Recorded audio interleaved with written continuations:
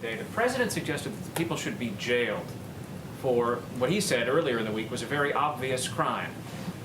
You're an attorney and the president's spokesperson. Perhaps you could lay out the elements of this crime. What crime was committed and in what way?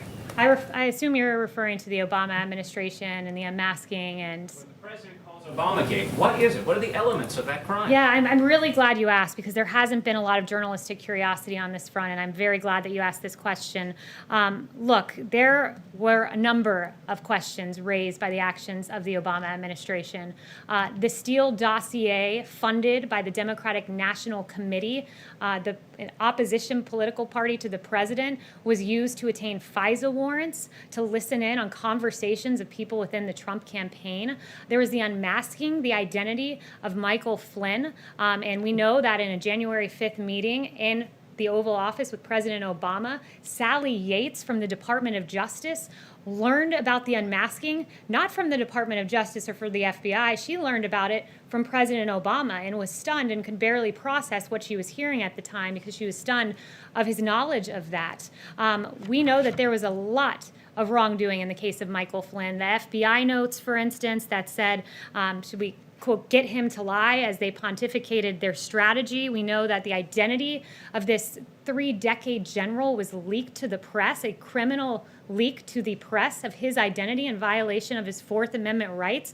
These are very serious questions. They've been ignored by the media for far too long, and I'm very glad that I think that is the second question that I have fielded on Lieutenant General Michael Flynn, because justice does matter. Those questions, they matter. To be clear, I heard you mention one thing you said was criminal, and that was what?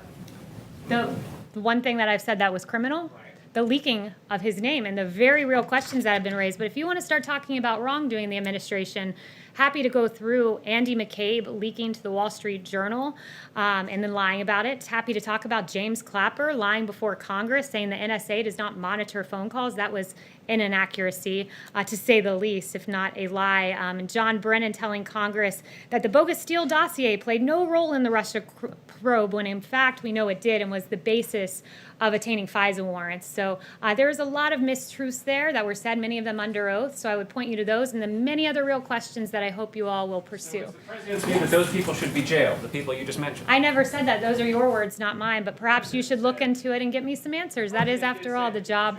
That is, after all, the job of reporters, to answer the very questions that I've laid out, and I hope you guys will take the time to do it. And I also find it interesting, if we want to start talking about fabrication of crimes, we can litigate that case pretty publicly with James Clapper, who said what President Trump did with Russia pales, that Watergate paled in comparison. We can talk about Eric Swalwell lying and saying President Trump was working on behalf of the Russians. We can talk about Hakeem Jeffries lying and saying the president was a Russian asset. We can talk about Schiff saying there was ample evidence of collusion in plain sight when in fact there was not. We can talk about Mark Warner saying there's enormous amounts of evidence of collusion. We can talk about a CNN historian who said there was a smell of treason in the Trump-Russia probe when in fact for 3 years, you all talked about collusion, and there was none. And it was a huge injustice, not just to this administration, but to the American people who deserve truth, not the alleging of absolutely false allegations against this president. Yes.